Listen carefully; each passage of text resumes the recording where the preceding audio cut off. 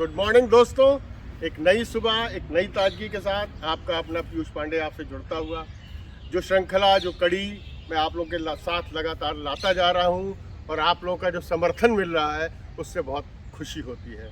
मैं अपने बारे में बता दूं, मैं पूर्व इंडिया अंडर 19 टीम से पाकिस्तान का दौरा किया था।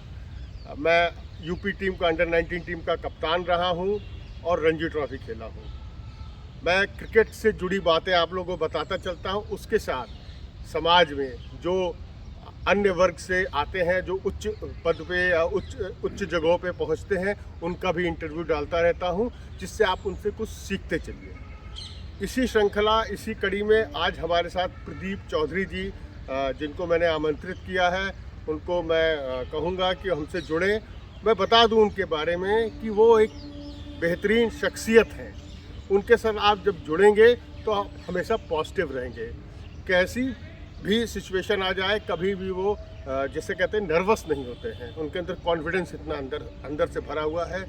भारत सरकार के अधिकारी रहे हैं, अधिकारी हैं, रहे नहीं हैं। और बम्बई प्रवास के दौरान उन्होंने फिल्म इंडस्ट्री को बहुत पास से देखा। तो उनके उन संस्मरणों को मैं आप लोगों से जोड़ूंगा। मैं आमंत्रित करूंगा प्रदीप चौधरी जी को कि प्लीज़ हमारे इस YouTube चैनल पे आइए और हम लोग को अपना मार्गदर्शन दीजिए और उन संस्मरणों से हमको जोड़िए जो आपने बम्बई अपनी नौकरी के प्रवास के दौरान वहाँ पर बिताया। सुप्रभात दोस्तों, और मैं सबसे पहले आपको धन्यवाद देता हूं कि आपने अपने इस चैनल पर मुझे आमंत्रित करके एक बहुत बड़ा मौका दिया है कि मैं अपनी बात आपके सामने और जो हमारे दर्शक हैं उनके रूबरू हो सकूं।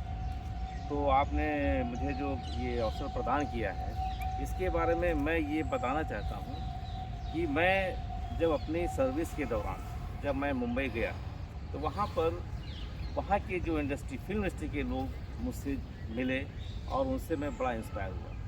मतलब मुंबई में जाकर के बड़े बड़े सितारों से जी मिलना तो इतना आसान नहीं होता है। बिल्कुल। फिर भी मुझे मौका मिला, लेकिन मिलने के बाद मुझे एक वहाँ पर उन लोगों से प्रेरणा मिली कि मुझे फिल्म के बारे में थोड़ा जानना चाहिए। तो बस एक शौक़ था, एक अंदर की एक ललक थी।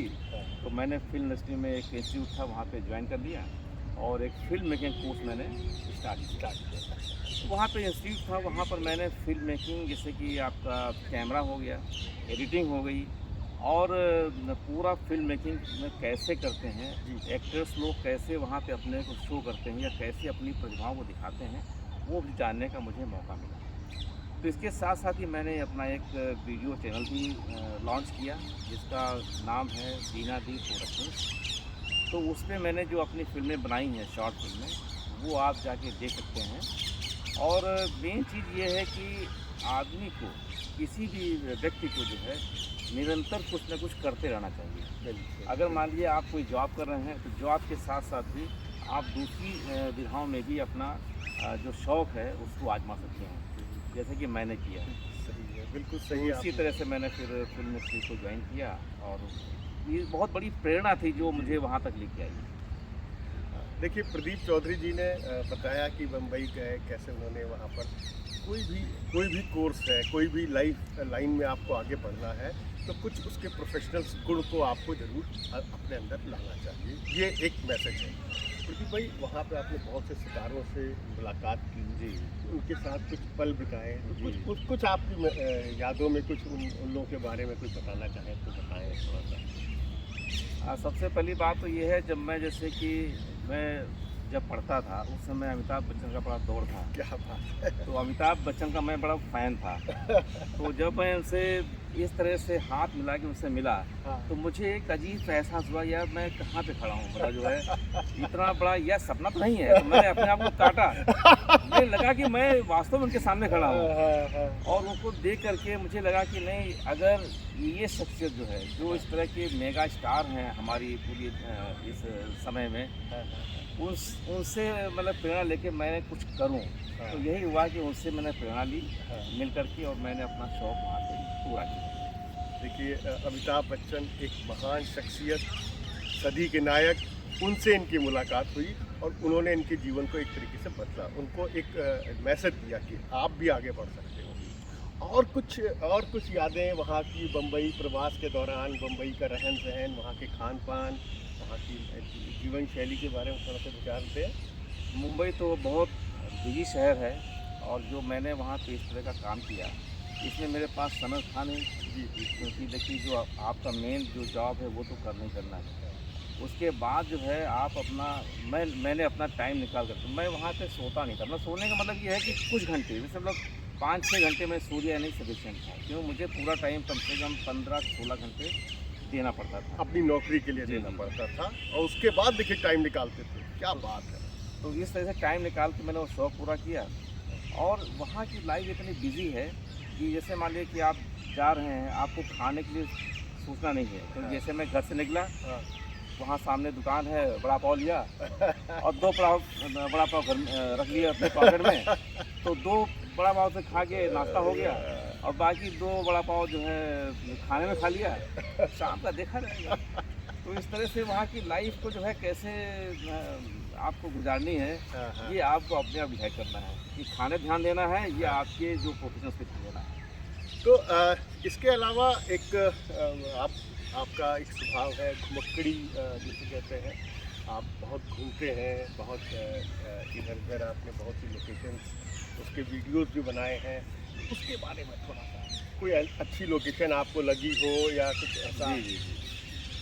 देखिए, अभी तक जो हमारे भारत में जो घूमने जगह हैं बहुत सारी हैं, लेकिन जो हमारी पिछली जो लेटेस्ट हमारी जर्नी थी, वो एक अंडमान निकोबार की थी। क्या बात है। तो अंडमान निकोबार वास्तव में दुनिया का सबसे सुंदर स्थल है, जो कि समुद्र से घिरा हुआ है। यानी कि वहाँ पे चारों तरफ समुद्र है, और एक बार वहाँ पहुँच जाएं तो वहाँ से आपको आने की इच्छा नहीं है।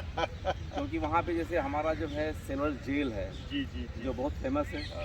लेकिन उसके अंदर जा कर के वहाँ के जो लोगों ने जिस तरह से अपनी लाइफ को वहाँ पे बिताई है, वो संघर्ष, वो जो उनके ऊपर यातनाएं दी गई हैं, उनको मैंने वहाँ पे बिल्कुल जीवंत देखा। देखा, बिल्कुल बिल्कुल। उसको मैंने अपने यूट्यूब चैनल पे डाला हुआ है। तो उसको आप देखें, उसके बारे में जानें, आपको बड़ा अच्छा लगेगा। देखिए, जो प्रदीप जी ने कहा कि अंडमान निकोबार, मैं भी गया था। बहुत ही रमणीक जगह है। सेलुलर जेल, ऐतिहासिक, जैसे कहेंगे कि देश की आज़ादी में वहाँ के जब हमारे स्वतंत्रता संग्राम सेनानियों को पकड़ा जाता था तो उसी जेल में भेजा जाता था। और कुछ ऐसी अंदर से जो कि हमारा ये चैनल क्रिकेट से जुड़ा हुआ है, तो हमारे बहुत से क्रिकेट खिलाड़ी भी जुड़े हैं। क्या किसी क्रिकेट खिलाड़ी से बम्बई प्रवास के दौरान आपकी मुलाकात हुई? हाँ, मुलाकात हुई थी जी। उस समय सचिन तेंदुलकर बड़े फॉर्म में थे, तो उनसे भी मेरी मुलाकात हुई। और एक ऐसे खिलाड़ी जो मतलब कि पूरे वर्ल्ड में इस तरह के जो क्या बोलते हैं कि फटाफट क्रिकेट मैच में जिस तरह से उन्होंने अपना नाम पहचान बनाई, 100 शतक बना करके, यानी कि जो है वनडे मैच और टेस्ट मैच की 100 सेंचुरी बना करके जिसने कमाल किया हो, पूरे वर्ल्ड में अपना परचम लहरा दिया हो। तो ऐसे सक्सेस से मिलना मेरे लिए वास्तव में एक सपना था। आज भी लगता है वो सपना ही था। बहुत उनके बारे में सुना है, बहुत डाउन टू अर्थ है, बहुत मिलनसार है, बहुत कायदे से मिलते हैं। तो कुछ वो मेमोरी आपके दिमाग में आपके साथ रहे, वो जो पल बताया आपने? हाँ, वो उस समय एक्चुअली जो है कुछ मैच चल रहे थे, उस मैच से खेल के आए थे। तो उस समय जो है काफ़ी भारत में इनका क्रेज़ जो था, मतलब भीड़ इतनी होती थी कि वहाँ तक पहुँचना मुश्किल होता था। लेकिन फिर भी मैंने उनसे भीड़ में जा कर के भी उनसे जो है कुछ ऐसे पूछा, तो बोले ज़िंदगी अपने जियो और अपने शौक़ को जो है, अगर क्रिकेट में शौक़ है आपको, तो बस आपकी निगाह बल्ले से गेंद को देखना है। बिल्कुल। गेंद यानी कि मछली की आँख है, उस पर केंद्रित करिए और बस चौके छक्के मारते जाइए। कितनी अच्छी यादें, इनकी यादों से हम जुड़े, इनके संस्मरणों से जुड़े, और कैसे आगे बढ़ना चाहिए लाइफ में। बहुत कुछ इन्होंने हमको इस आज के चैनल पे हमारे बताया। इन्होंने बताया अपने शौक़ को ज़िंदा रखिए, अपनी नौकरी के साथ, उसके लिए समय निकालिए। समय आपके पास है, उसी समय में आपको महान बनना है, आगे बढ़ना है जीवन में। तो मेरा एक छोटा सा प्रयास है, आप लोगों से लगातार जुड़ता रहता हूँ, नई नई शख्सियतों से आपको जोड़ता रहता हूँ। उसी श्रृंखला, उसी कड़ी में हमारे आज प्रदीप चौधरी जी यहाँ पर आए। मैं बहुत बहुत धन्यवाद देता हूँ सर आपको, आप हमारे इस चैनल पर आए और हमारे बच्चों को गाइड किया। प्लीज़ लाइक करिए, सब्सक्राइब करिए, शेयर करिए और हमसे लगातार जुड़ते रहिए। मैं कुछ नया लाता रहूँगा। Take care, bye bye.